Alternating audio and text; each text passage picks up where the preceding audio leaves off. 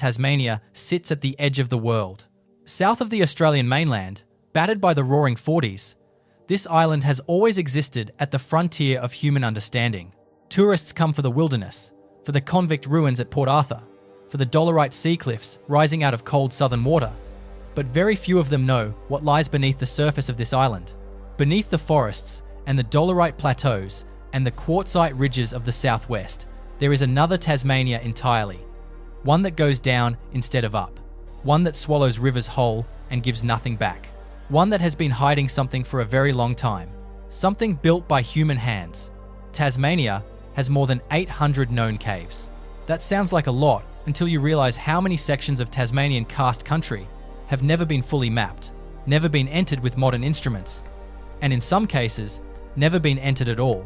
The cave systems beneath places like the Florentine Valley, the Junee Florentine karst, and the remote ranges of the Tarkine are so extensive that cavers and geologists working the island today still regularly push into passages where no human being has ever stood before. Every year, new chambers get added to the survey maps. Every year, the known extent of the underground grows a little larger, and in some of those passages, they have found things that should not be there at all. Not fossils, not minerals, not the bones of extinct megafauna, though those exist too. In certain cave systems across this island, researchers, cavers, and in some cases, unprepared hikers who stumbled into the wrong hillside have found traces of deliberate human construction in places that have no modern explanation. Cut stone, fitted walls, platform structures built from quartzite slabs that were clearly shaped and placed rather than simply fallen into position. In at least 3 documented cases held in unpublished survey reports by the Tasmanian Caverneering Club, the structures found underground appear to predate European settlement by a margin that challenges everything the official record says about how long this island has been inhabited and what its earliest people were capable of building. 11 of these sites stand out above all the others. 11 locations spread across the cave systems beneath this island, where something was built, placed, or deliberately modified by human hands, and where the standard explanations simply do not hold. This is what we know about them. The first and best documented sits inside a cave system that branches off the main Junee Florentine karst near Maydena in the Derwent Valley. The Junee Florentine is already extraordinary on its own terms. It is one of the deepest and longest cave systems in the southern hemisphere, with a main resurgence at the Junee River Cave that drains a catchment of more than 250 square kilometres. Hydrologists have traced dye from sinking streams on the Weld Plateau all the way to the Junee Resurgence, a journey of more than 40 kilometres through the dark. The system is so vast and complex that even after decades of surveying, significant portions of it remain unmapped. A survey team from the Tasmanian Caverneering Club, pushing a previously unmapped low crawl off a known upper gallery, broke through into a domed chamber roughly 12 metres across and 4 metres high at its peak. The floor of that chamber had been levelled. Not naturally levelled, not the product of silt deposition, but deliberately flattened using stone fill with larger quartzite pieces placed around the perimeter in a pattern the lead surveyor described in his field notes as too regular to be accidental. The fill material had been sourced from somewhere other than the immediate cave environment. The stone types did not match the local bedrock. Nothing was carbon dated. Nothing was formally excavated. The passage back to the surface was too tight for equipment. But the field notes exist, and the chamber still exists, and the question of who flattened that floor and hauled foreign stone into the cave system 40 kilometres from its resurgence has never been officially answered by anyone. The second structure is associated with a cave entrance in the Harts Mountains south of Geeveston. In a specific gully below the main dolerite caps, there is a cave that contains something unusual within the first 200 metres of its passage. The walls in one section have been modified, not painted, not engraved, but physically shaped. Rock projections have been removed cleanly in a way that a hammer and chisel would produce, not water erosion.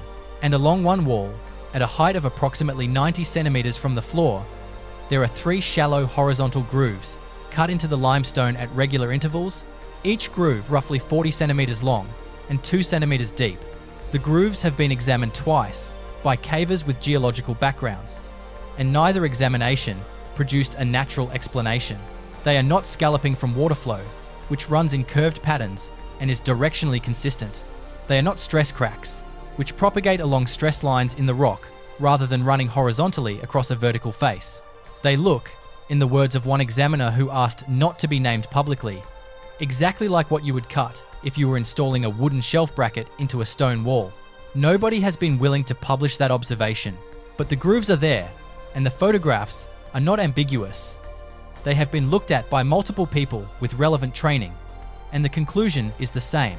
Below the agricultural zone of the Midlands, in karst country between Campbelltown and Ross, there is a cave that early European settlers used as a landmark, and that appears in surveying documents from the 1850s.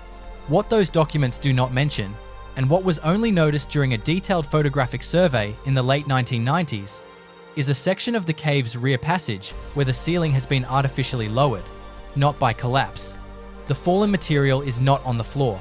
Instead, a flat shelf of rock, approximately 3 meters wide and 8 meters long, runs along one side of the passage at roughly 2 meters above the floor, and beneath that shelf, the wall shows clear evidence of having been worked.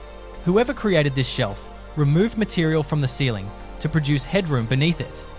The debris went somewhere. Either it was removed deliberately, or the shelf was constructed from stone brought in from outside. The vegetation growth on disturbed sediment in that section is inconsistent with any disturbance in the last 2 centuries. Something happened in that cave before the European surveyors ever walked past its entrance, and the fact that it went unnoticed for so long says less about the obscurity of the site than it does about the assumptions that colonial-era explorers brought with them. When you are not looking for evidence of sophisticated underground activity, you tend not to find it. The photographs taken during the 1990s survey changed that, at least for the small number of people who have seen them. The fourth structure takes us to the far northwest, into the cave systems beneath the Tarkine. The Tarkine is the largest temperate rainforest in Australia, and one of the most remote places on the continent. The limestone country along the Arthur River Valley contains cave systems that have only been partially explored, and one of those systems contains a stone arrangement that survey reports from the 1990s describe as a deliberate enclosure.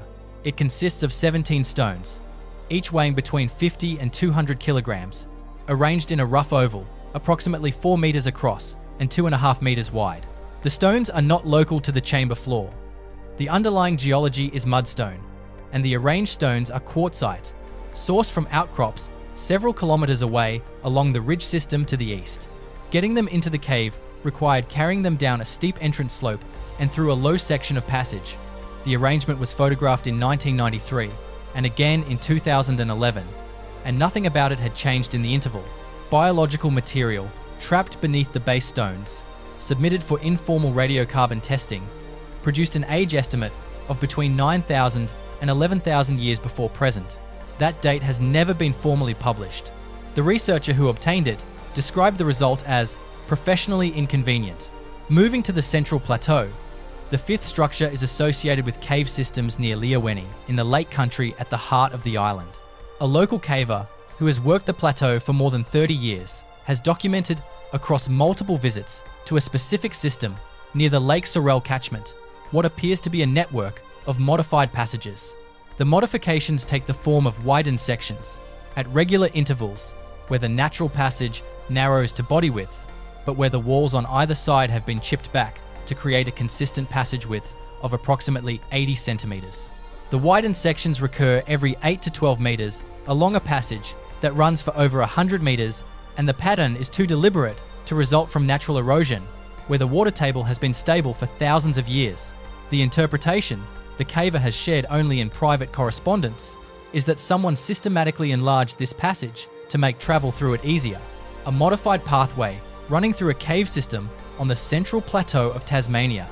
If correct, it implies organised, purposeful activity underground that the standard model of Palawa cultural practice has never accounted for. People were not just sheltering in these caves, they were shaping them. The sixth structure sits in the limestone country between Mole Creek and the walls of Jerusalem in the North Central Highlands.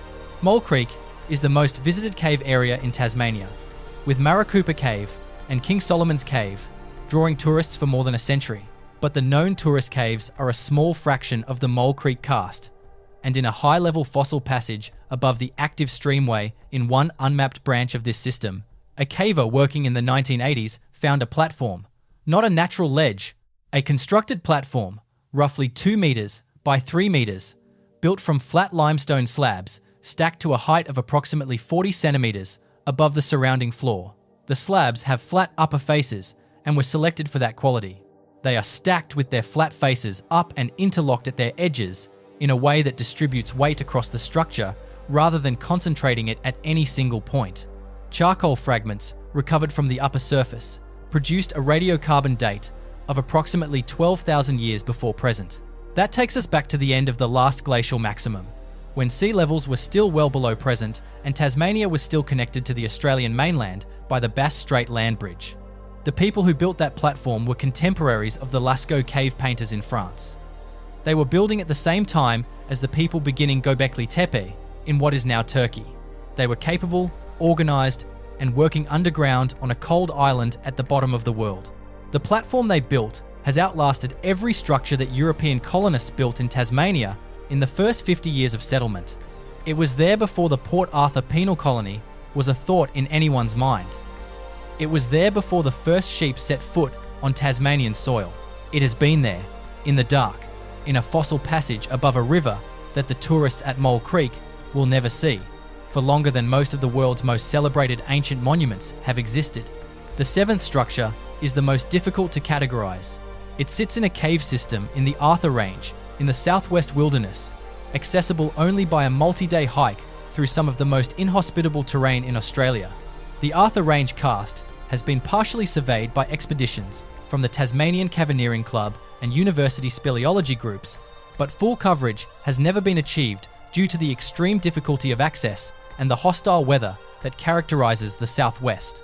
In a chamber near the base of a pitch, in one of the deeper systems in this range, a survey team in 2004 found a section of fitted wall, not piled stones, fitted wall. Stones selected for their shape and placed with their flat faces outward to create a smooth vertical surface. The wall runs for approximately 3 meters and stands to a height of roughly 1.5 meters. At its base, larger foundation stones have been placed in a trench that appears to have been deliberately cut into the chamber floor. A fitted wall in a deep cave in the southwest wilderness, built without mortar, using only materials from the surrounding limestone country, still standing in a chamber that sees no human visitors, except for the occasional caving expedition, pushing into territory that precious few will ever know exists. It has been standing there, in the silence and in the cold, for longer than anyone currently knows. The eighth structure is in the limestone country of the northeast near the Ringarooma River catchment. Unlike the others on this list, it involves not stone construction, but deliberate floor excavation. A section of cave floor approximately 80 meters from a surface entrance has been excavated to a depth of roughly 60 centimeters, creating a flat-bottomed pit approximately 2 meters across. The excavated material was removed rather than displaced. In the base of the pit, beneath a thin calcite crust grown over the disturbed sediment, there are fragments of animal bone that have been analysed twice, and on both occasions produced dates in the range of 20 to 25,000 years before present. 20 to 25,000 years. That takes us back to a period when the southwest of Tasmania was covered by ice sheets and the tree line sat hundreds of meters lower than today.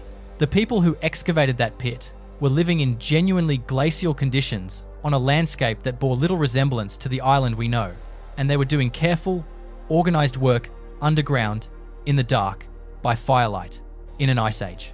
The ninth structure is the smallest on this list, and in some ways, the most affecting to those who have stood in front of it. It is a single standing stone, roughly 60 centimeters tall and 15 centimeters wide, placed upright in the sediment floor of a small cave in the Western Ranges near the Franklin River. The stone is not local to the cave. It is a piece of orange quartzite that does not match any geological unit within several kilometers of the entrance. It is standing, not leaning. Its base has been set into the sediment to keep it vertical, and around its base, in a circle of approximately 30 centimeters, the sediment has been compacted differently from the surrounding floor, suggesting repeated human contact over an extended period. A single standing stone in a cave near the Franklin River. No inscription, no associated objects, No explanation from any scientific framework currently in use. Just a piece of orange quartzite, planted upright in the dark, by someone who had a reason we cannot now recover. There is something about this structure that resists the analytical frameworks we tend to bring to archaeological finds. It is too simple to be explained away as an accident, and too isolated to fit neatly into any model of systematic cave use. The most honest response to the standing stone near the Franklin River is not a theory, it is a question. What were you for? The 10th structure is back in the Junee Florentine, in a different branch near the Growling Swallet entrance, which absorbs surface water from the plateau above. A survey team found evidence of what appears to be a constructed drainage diversion. A low wall of stacked stones, roughly 30 centimeters high and running for approximately 2 meters across the passage floor, redirects the flow of a small seasonal stream entering through a ceiling crack. Without the wall, the water spreads across the full passage floor. With it, the water is channeled to one side, keeping the other side dry. This is practical cave engineering. The kind of modification you make if you are using a passage regularly and need a section of it free of seasonal flooding. It implies not a one-time visit, but sustained, regular use of a specific cave passage over a period long enough to justify engineering the drainage. Of all 11 structures, this one speaks most directly to the texture of daily life underground. Someone decided their passage needed better drainage, and so they built a wall. The 11th and final structure is the most recent discovery, documented during a survey extension in 2019 that pushed into an unexplored branch of a cave system near Precipitous Bluff in the far southeast of the island. Precipitous Bluff is one of the more remote peaks in Tasmania, a quartzite monolith rising above the south coast track in country that sees very few visitors even in summer. At a depth of approximately 40 meters below the surface and more than 300 meters from the nearest entrance, the survey team found a section of ceiling that had been modified. A series of parallel grooves, each roughly 2 centimeters wide and 10 centimeters long, had been cut into the ceiling rock at approximately 2 meters above the floor. There are 7 grooves, arranged in a deliberate pattern, spaced at consistent intervals, running in the same direction, at the same height. They are located at the lowest point of the passage, where a person moving through would naturally look up. Someone went deep into a cave system at the base of one of the most remote peaks in Tasmania and cut 7 parallel grooves into the ceiling. Then they left. A calcite film has since grown across the grooves. Nobody knew they were there until 2019. What all 11 of these structures share is a quality that is difficult to name, but easy to recognize once you understand what you are looking at. They were made with intention, not accidentally, not as a byproduct of something else, not by any natural process. Someone decided to build each one, and then they built it in the dark, underground, in cave systems that are difficult to reach even now, with modern equipment and headlamps and mapped surveys. The Palawa people, Tasmania's Aboriginal community, have lived on this island for at least 40,000 years, making them among the longest continuous residents of any single region on Earth. Their relationship with the cave systems beneath the island has never been systematically studied from an archaeological perspective, partly because the academic framework for Aboriginal archaeology in Australia has historically underestimated the complexity of cultural practice on the continent, and partly because the difficult access of the Tasmanian cave systems makes systematic research genuinely expensive and logistically hard. The oral traditions of the Palawa people, recorded in fragments by early colonial ethnographers and preserved more fully within the community itself, contain references to underground places, consistent with what we find when we go underground today. Places of significance, places that required specific knowledge to enter, places that were not simply shelters from the weather, but locations with meaning that required deliberate maintenance across generations. The structures beneath Tasmania are not anomalies, they are evidence. Evidence of a culture that understood the underground landscape of this island in ways we are only beginning to appreciate, that used cave systems for purposes going far beyond simple shelter, and that invested real labor and organizational capacity into creating permanent features in some of the most inaccessible places on the island. 800 known caves, hundreds of kilometers of mapped passage, and still, regularly, people pushing into unexplored sections of these systems find things that require explanation. The island beneath Tasmania is still being discovered, and what is being discovered suggests that the story of human habitation here is older deeper, and more architecturally sophisticated than anything the standard histories have ever acknowledged. The caves are all still there. Most of them are still dark, and the structures inside them are still waiting for the serious archaeological attention they have never received.